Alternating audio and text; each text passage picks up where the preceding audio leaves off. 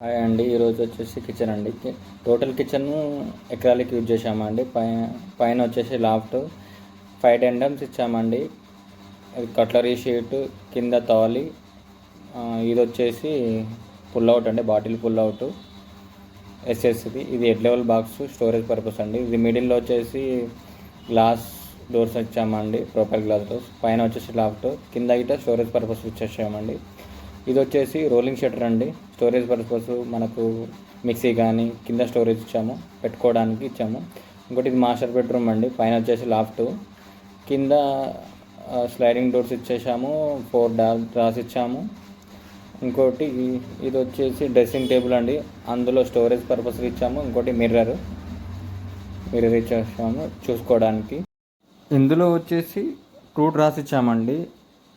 ఇంకోటి లోపల small draw ఇచ్చేసాము ఒకటి.